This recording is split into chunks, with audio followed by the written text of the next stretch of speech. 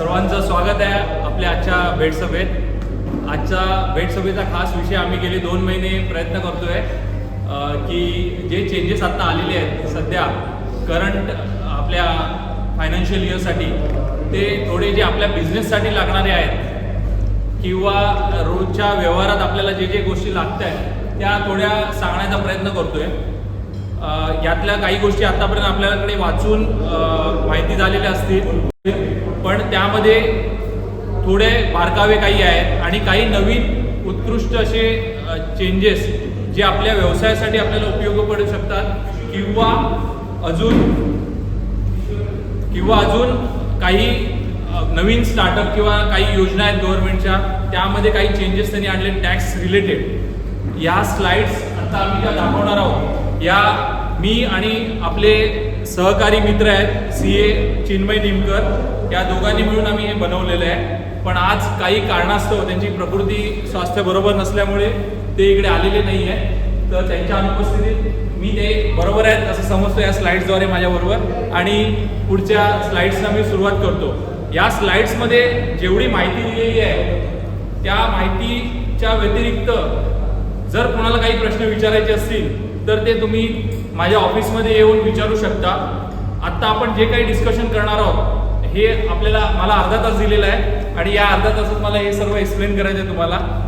आणि हे एक्सप्लेन करताना या स्लाइड्सबद्दल तुम्हाला जर काही शंका असतील किंवा अजून काही विचारायचं झालं तर तुम्ही त्या स्लाइड्सच्या संदर्भात तुम्ही विचारू शकता। त्याच्या व्यतिरिक्त तुमचे काही पर्सनल असतील किंवा अजून काही गोष्टी तुम्हाला जर माहिती करून घ्यायच्या असतील तर त्या आपण पर्सनली आपल्या ऑफिसमध्ये किंवा माझ्या नॉलेज सेंटर पणशीकर आरच्या समोर आहे, तिथे आपण भेटू शकता। तर मी स्लाइडला सुरुवात करतोय।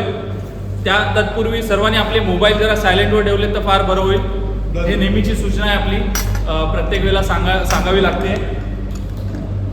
आजचा आपला कार्यक्रमाचा अजेंडा आहे, पहिला अजेंडा असेल पर्सनल इन्कम टॅक्स रिफॉर्म, जे नवीन सिलिंग आलेलं आहे टॅक्सचं, त्याबद्दल थोडी माहिती मी देणार आहे आणि त्याचं कॅल्क्युलेशन कसं असणार आहे आणि त्याचे चेंजेस काय काय येणार आहेत ते मी सांगणार आहे। तसंच TDS, आपण जो TDS कट करतो आणि गव्हर्नमेंटला भरतो त्यामध्ये बऱ्यापैकी रिफॉर्म आलेला आहे भरपूर ठिकाणी, तर तो आपण एक थोडा नटशेलमध्ये बघणार आहोत। तसेच revise TDS rate on threshold लिमिटचे चेंजेस झालेले आहेत। काही गव्हर्नमेंटनी जसं इन्कम टॅक्सचा स्लॅब वाढवला तसं थ्रीसोल्ड लिमिट पण वाढवलंय, त्याबद्दल आपण थोडी चर्चा करू की जे तुम्हाला व्यवहारात लागणार आहे रोजच्या डे टू डे व्यवहारात। आणि प्रोसिजरली कंप्लायन्स अँड चेंजेस, थोडे कंप्लायन्स करताना ना आपल्याला काही काळजी घ्यावी लागते।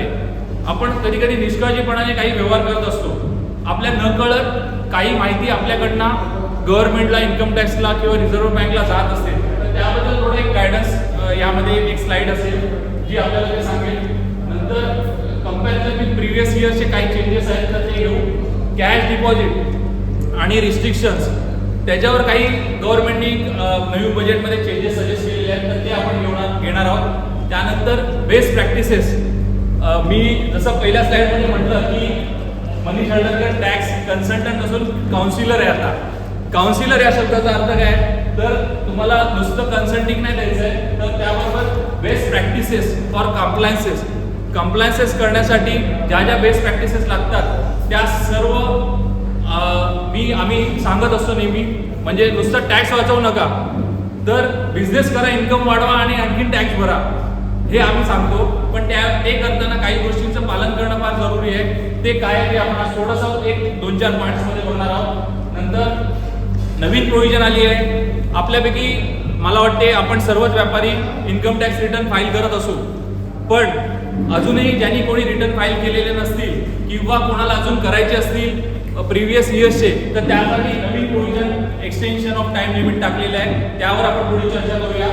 टॅक्स एक्झम्पशन फॉर स्टार्टअप्स जर केले तुम्ही, आत्ता तुम्ही आपल्या सर्वांचाच बिझनेस आहे, पण आपल्यानंतर नेक्स्ट जनरेशन जी येते ती न्यू स्टार्टअप म्हणून चालू करतात काही ना काही गोष्टी, तर त्यासाठी काही चेंजेस त्याने टॅक्स एक्झम्पशनची लिमिट्स तिकडे दिलेली आहेत, त्याबद्दल आपण थोडी चर्चा करूया। म्हणजे रोजची आपल्याला व्यवहारात लागणाऱ्या काही गोष्टी आहेत एक्झिस्टिंग, आणि आपण सर्व MSME सेक्टर खाली आहोत, रजिस्टर आहेत काही आपल्यापैकी, तसेच अजून काही आपल्याला रजिस्ट्रेशन आहे, तर ती आपण त्याबद्दल काही रिवाइज चेंजेस आहेत आणि त्याच्या काही कम्प्लायन्सेस गव्हर्नमेंटनी फार उत्कृष्ट दिलेले आहेत, ज्याचा आपल्या उद्योगासाठी पेमेंट कलेक्शनच्या वेळेला वगैरे उपयोग होऊ शकतो. तर ते आपण थोडे डिस्कस करणार आहोत. आणि MSMEचे बेनिफिट काय, जर MSME आपण रजिस्टर करतो तर त्याचे बेनिफिट काय, त्याबद्दल थोडी चर्चा करूया. त्यानंतर आपण कन्क्लुजन आणि क्वेश्चन आन्सर सेशन असणार आहे. या स्लाइड्सबद्दल आपण चर्चा करणार आहोत. त्यावर काही तुम्हाला क्वेश्चन असेल तर ते आपण विचारणार आहोत. आणि त्या व्यतिरिक्त जर काही क्वेश्चन असतील जे तुमचे पर्सनल रिलेटेड असतील तर ते आपण आपल्या ऑफिसमध्ये, माझ्या ऑफिसमध्ये तुम्ही येऊ शकता कधी. मी किंवा चिन्मय, आपले चिन्मय निमकर आहेत, दोघेही आम्ही तुम्हाला सहकार्य करू त्याबद्दल. तर आपला पहिला आहे आपण चालू करू पर्सनल इन्कम टॅक्स रिफॉर्म. हा एक इम्पॉर्टंट चेंज त्यांनी बरेच वर्ष प्रयत्न करत होते करायचा गव्हर्नमेंट, पण ते करता येत नव्हतं कारण काही टॅक्स कम्प्लायन्सेस आणि रेव्हेन्यू कलेक्शन यामध्ये बरीच तफावत होती. ती त्यांनी दूर करून एक सर्वसामान्यांना परवडेल असा टॅक्सचा रिफॉर्म त्यांनी आणला. या ड्यू रिजिममध्ये provide concession rate, liberal slabs, म्हणजे थोडं स्लॅबमध्ये चेंजेस केले, कन्सेशन रेट घेतलाय आणि डिडक्शन जी होती ती न्यू रिजिममध्ये त्यांनी थोडी शिथिल केली आहे थोडी. म्हणजे आधीची डिडक्शन्स होतीच, पण त्याबरोबर त्यांनी असं काही दिलंय की ज्यांनी गव्हर्नमेंट सांगते तुम्हाला की तुमचं इन्कम वाढवा, आता तुम्ही टॅक्स भरायला लागणार नाहीये. पहिलं टॅक्स भरायला लागत होता म्हणून इन्कम आपण वाढवत नव्हतो. आता गव्हर्नमेंट आपल्याला सांगते की इन्कम वाढवा आणि टॅक्स आम्ही कट नाही करत आहोत 12 लाखापर्यंत. तर त्यासाठी काय प्रोव्हिजन आहे ती आपण बघणार आहोत. तर कॉलेजला हे स्लॅब आहे, स्ट्रक्चर आहे, अप टू 4 लाख पर्यंत नील टॅक्स आहे. हा पहिला 2.5 लाख ते 5 लाखापर्यंत होता, 2.5 लाख होता, तो 4 लाखावर नेलाय. नील टॅक्स करतोय गव्हर्नमेंट. 4 लाख ते 8 लाखापर्यंत 5% आहे आणि 8 लाख ते 12 लाखापर्यंत 10% टॅक्स भरायला येतोय.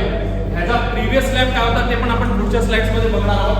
12 लाख ते 16 लाख मध्ये 15% येतोय, 16 ते 20 लाखामध्ये 30% येतोय आणि 20 ते 24 लाखामध्ये 25% येतोय आणि अबाउट 24 लाख 30%. आणि आय होप आपल्यापैकी बरेच जणांनी 30% पर्यंत जावं. आम्हाला फार आनंद होईल जेव्हा त्यांचा टॅक्स रिटर्न भरू तेव्हा. तर त्यासाठी बरोबरच आता प्रतीक्षा असेल. आता ह्याच्यात जो मोठी गेम आहे तो त्यांनी केलाय की ऍडव्हर्टाईज करताना त्यांनी असं केलं की 12 लाख झिरो टॅक्स, पण इथे तर दिसतोय आपल्याला 8 ते 12 लाखापर्यंत 10% टॅक्स.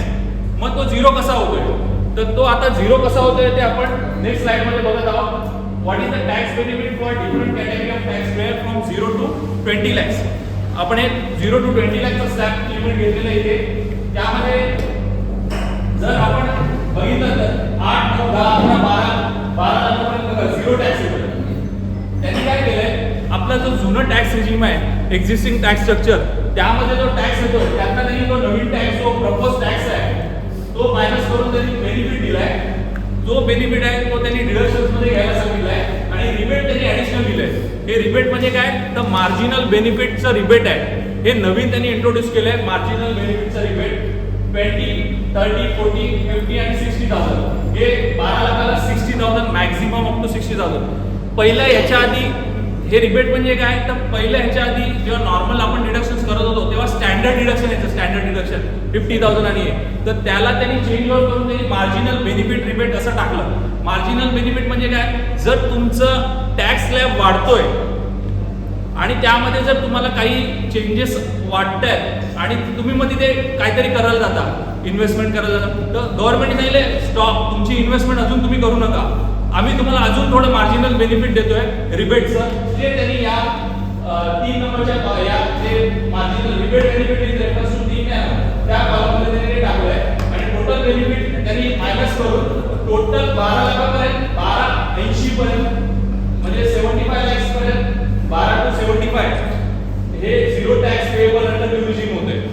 ड्यू रिजिम पर्यंत म्हणजे तुम्ही 12,75,000 पर्यंत जर इन्कम अर्न केलं तर तुम्हाला 0% टॅक्स भरायचा, झिरो टॅक्स भरायचा, जरी तो 10%चा स्लॅब असला तरी, बिकॉज ऑफ मार्जिनल रिलीफ आणि सर्व देऊन देतो. तर ही आणि मग तुमचं 13 लाखापासून टॅक्स स्ट्रक्चर चालू होत आहे. म्हणजे जर तुम्ही 13 लाख अर्न केले तर 75,000 येईल, 90,000 येईल, त्यानंतर 1,05,000 असं वाढत जाणार आहे. तर तुम्हाला लक्षात आलेलंच असेल की 12 लाखाचा 0% काय ऍडव्हर्टाईज करत होती गव्हर्नमेंट, तर ती या कारणास्तव करत होती. तिथे आधीच्या जर आपण स्लाइड मध्ये बघितलं तर इथे 12 लाख ते 16 लाखापर्यंत 8 ते 12 लाखापर्यंत 10% टॅक्स येतोय. पण तो त्यांनी 0 करून टाकलाय तुम्हाला, काही रिबेट आणि हे अलाउन्स दिले. त्यामध्ये त्यांनी स्टँडर्ड डिडक्शन जे होतं ते परत तसंच ठेवलंय आणि थोडं तुम्हाला मार्जिनल बेनिफिटचा एक बोलतात ना थोडं बेनिफिटर कार्ड दिलंय की जे तुम्ही वापरा आणि वाढवा. म्हणजे तसं आता मी 12 लाख केले तर गव्हर्नमेंट बोलते 12 लाख झाल्यावर तरी पण मग पुढे टॅक्स येईल जो पहिला स्लॅब होता त्याप्रमाणे. तर नाही, ते बोलले 75,000 पर्यंत जाऊन दे, तुम्ही टॅक्स भरू नका. मग त्यासाठी त्यांनी ॲडिशनल 60,000 ते ॲडिशनल बेनिफिट टाकून दिलं, मार्जिनल बेनिफिट. मार्जिनल बेनिफिट म्हणजे थोडे डिस्काउंट आहे जे त्यांनी ॲडिशनल डिडक्शनच्या ऐवजी टाकलेलं आहे.